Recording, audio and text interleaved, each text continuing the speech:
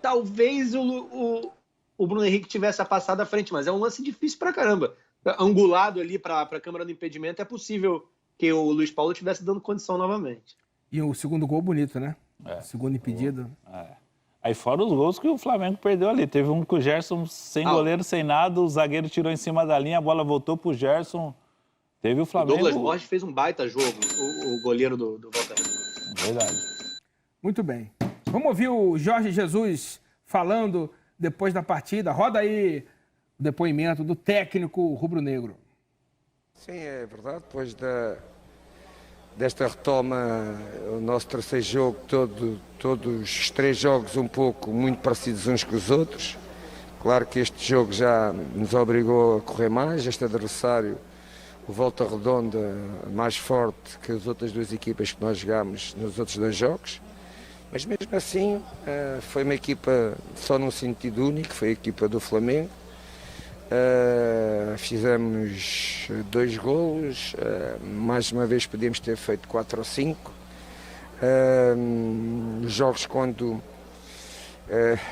tu ganhas, começas a fazer 2, 3 golos, os jogadores começam a pôr as coisas mais fáceis e às vezes complicam, porque as oportunidades de golos que tivemos, o mínimo que tínhamos de fazer era mais 2 golos. Mas de qualquer maneira a equipa é muito equilibrada, muito sólida. Mais uma vez não sofreu golos, 3 jogos sem sofrer golos, 7 golos marcados, 0 sofridos. Cada vez esta equipa está melhor. E pronto, e agora temos mais um jogo quarta-feira, e vamos preparar para esse jogo.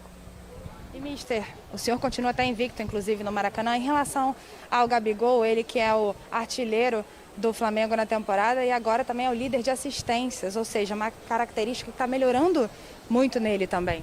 Sim, o Gabigol tem umas características que ele não é só goleador. É verdade que o goleador alimenta-se muito dos golos que faz. Ele hoje já estava um bocadinho perturbado porque não fez golo, ainda não tinha feito golo durante o jogo, mas é um jogador que cria com muita facilidade para os outros jogadores.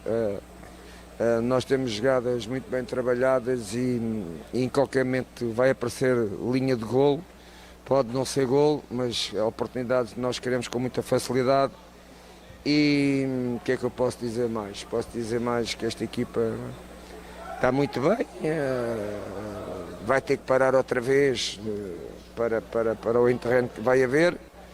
É uma pena porque já nos pararam o andamento que tínhamos.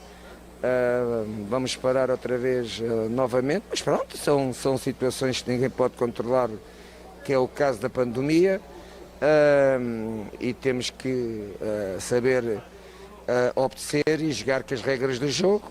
É isso que o Flamengo tem feito sempre e vai continuar a fazer. E eu queria que o senhor desse uma analisada nas atuações do Bruno Henrique, que foi muito eficiente no ataque, e também do Gerson, muito bem ali na marcação e na criação das jogadas, mister.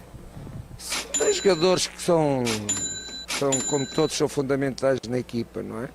Cada um com as suas características, e o Bruno esteve melhor que o que teve neste último jogo, não é? O Bruno esteve muito melhor, não pelos golos, ou pelo gol que fez, mas teve melhor em termos de movimentação, em termos de entrada dentro do jogo. O último jogo não entrou tanto dentro do jogo como entrou hoje. E portanto isto é assim, os jogadores vão criando as suas qualidades e os seus momentos de forma de partida a partida, e pronto, os jogadores do Flamengo como todos os outros, não é? É assim que crescem, é jogo a jogo. Mister, Flamengo na final da Taça Rio, o próximo jogo vai ser contra o Fluminense. E eu queria que o senhor analisasse o adversário, como vai ser enfrentar o Fluminense nessa final da Taça Rio. Com muito respeito, como fazemos com todos os nossos adversários. Temos a humildade suficiente para reconhecer a história e o valor do Fluminense. Hoje o Flamengo, antes do jogo, depois do jogo não sei, mas antes do jogo tem estado melhor. Agora é uma final, e numa final tudo pode acontecer. não há favoritos nas finais e, portanto, queremos que seja um grande jogo e que seja digno da rivalidade que há entre o Fluminense e o Flamengo. Mas no Fla-Flu é o ai Jesus, diz o hino rubro-negro. Fla-Flu na quarta-feira, antes do jogo. Flamengo, como disse o Jesus, né? Tende a ser melhor. Vamos ver o que acontece na partida, porque clássico é clássico e... Vice-versa. Exatamente. Muito bem. Vamos ouvir agora, Rafa, Grafa, aquela conversa, aquele áudio do jogador do Boa Vista, o Everton Silva, lateral direito, sobre os bastidores de como é enfrentar o Flamengo dentro de campo. E claro que isso tem muito a ver com Jesus também, né? Então, roda aí pra gente ouvir, depois os nossos comentaristas comentam. Vou te falar uma parada, definitivamente não dá. Mano, os caras, tipo assim, é muito ensaiado, eles ficam falando um bagulho que tu não entende nada. Tipo assim, movimenta, toca, pula uma casa, ora rasca. Pô, entra no 3, tem que entrar na movimentação do 3. Caralho, tu não entende nada, mano.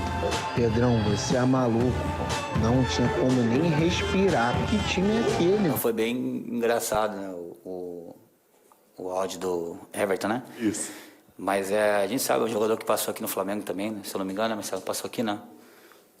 Passou aqui, passou por outros clubes também, a gente tem total respeito.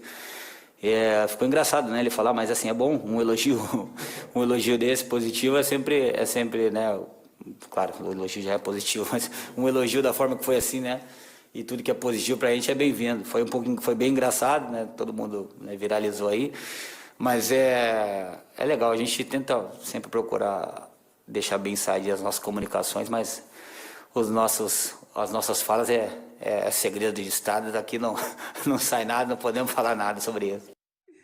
Isso aí foi antes do jogo de hoje, essa entrevista do Rafinha. Produção, roda de novo só o áudio, por favor. Dá um replayzinho pra gente aí do áudio do Everton Silva, lateral direito do Boa Vista. Ele desabafando com um amigo que, pô, esse time não dá, cara. Roda aí. Pô, Pedrão. Parada, definitivamente não dá. Mano, os caras, tipo assim, é muito ensaiado, eles ficam falando um bagulho que tu não entende nada. Tipo assim, movimenta, toca, pula uma casa, ora rasca.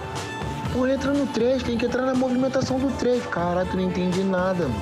Pedrão, você é maluco. Não tinha como nem respirar. Que time é aquele? Foi bem...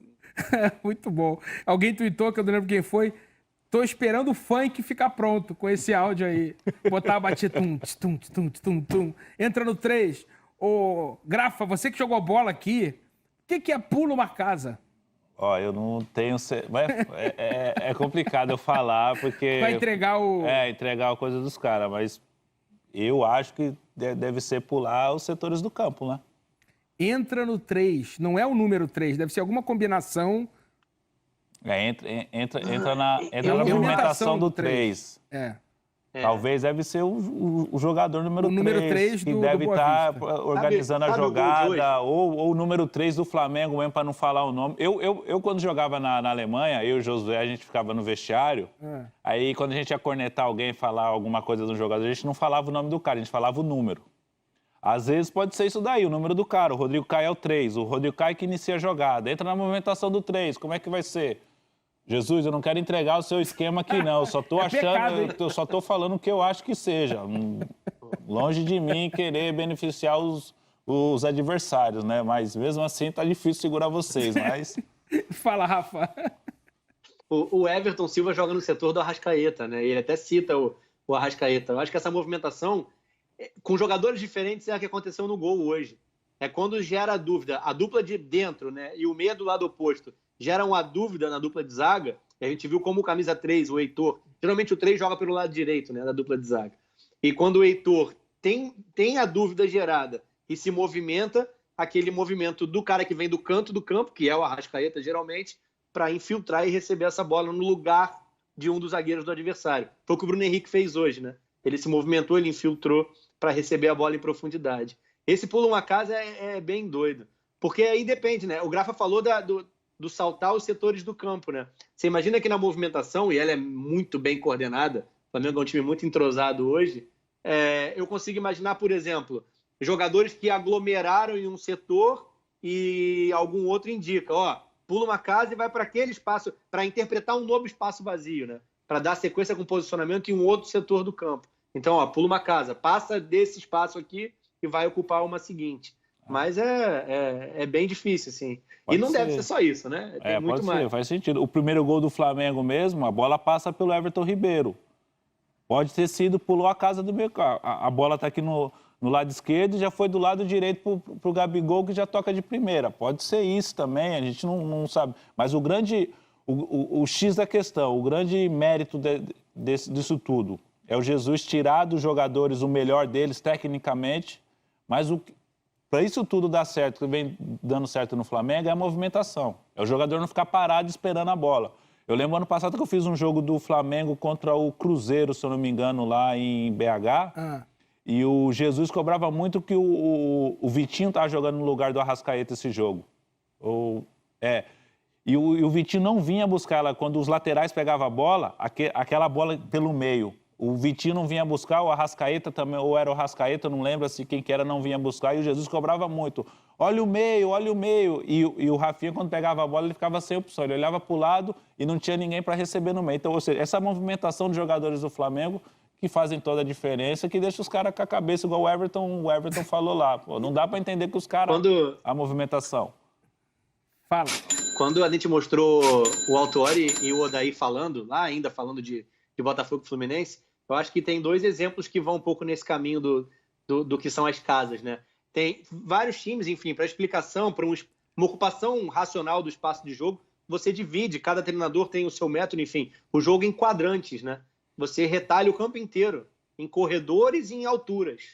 E os jogadores, em tese, cada um dentro do seu modelo, o Flamengo aglomera mais gente no lado onde a bola tá em disputa, enfim, outros espaçam mais, o que seria o jogo de posição com jogadores dando amplitude, no lado oposto, esperando a inversão, espaçando a zaga adversária. Mas, enfim, você tem que ocupar racionalmente os espaços no campo de ataque para abrir espaços, enfim, para construir as suas jogadas, né?